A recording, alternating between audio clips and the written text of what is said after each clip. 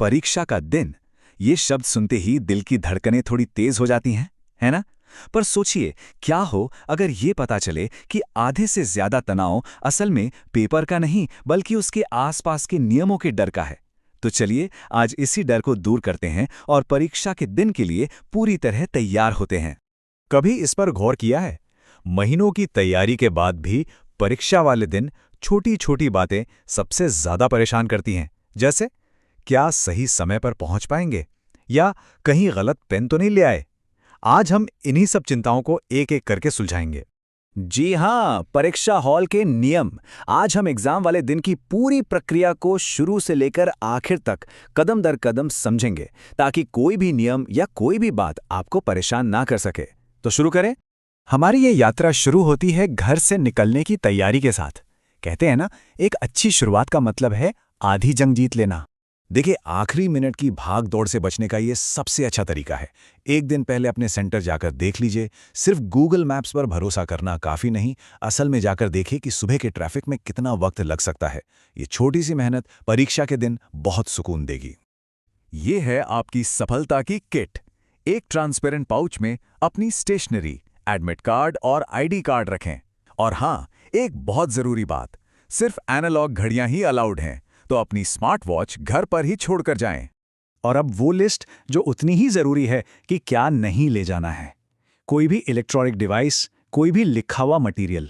मैं फिर से दोहराता हूं, इनमें से कुछ भी पास मिलना सिर्फ एक गलती नहीं बल्कि अनुचित साधन का मामला माना जाएगा, जिसके नतीजे गंभीर हो सकते हैं। ये एक ऐसा नियम है जिसे अक्सर लोग हल्के में ले लेते हैं। अपनी स्कूल यूनिफॉर्म और आईडी कार्ड एक रात पहले ही तैयार रख लें। ये आपकी पहचान है और इसके बिना सेंटर में एंट्री मिलने में दिक्कत हो सकती है। ठीक है, तो तैयारी हो गई और अब सेंटर पहुंच चुके हैं। अब खेल का अगला पड़ाव शुरू होता है, एंट्री। आइए देखते हैं कि इन जरूरी पलों में क्या क्या होता है। ये टाइमलाइन बहुत बहुत जरूरी है। सुबह 9 बजे गेट खुल जाते हैं, लेकिन वो 10 बजे का वक्त है जिसे दिमाग में बैठा लेना है।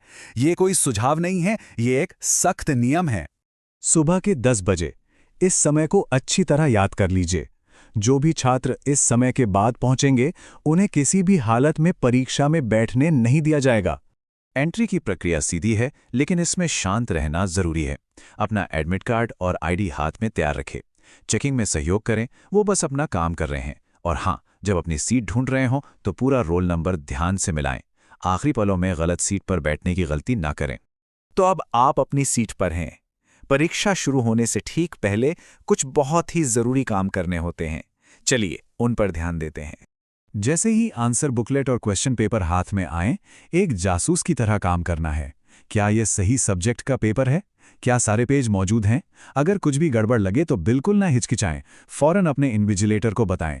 ये आपकी परीक्षा है और सब कुछ सही हो, ये सुनिश्चित करना जरूरी है। ये वो जगह है जहां कोई गलती नहीं होनी चाहिए।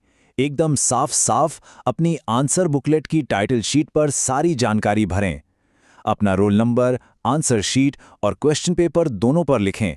इससे ये पक्का हो जाता है कि आपका काम सही तरह से पहचाना जाए। 10वीं क्लास के स्टूडेंट्स खास ध्यान दें। साइंस और सोशल साइंस के पेपर में आपकी आंसर शीट के अलग अलग सेक्शन अलग अलग टीचर चेक करते हैं। इसलिए हर सब्जेक्ट के जवाब सिर्फ उसी के लिए दिए गए सेक्शन में ही लिखने हैं। अगर जवाब मिक्स कर दिए तो वो चेक नहीं किए जाएंगे। ये लाइन सीधे सीबीएसई की गाइडलाइन से है और इसका मतलब बिल्कुल साफ है।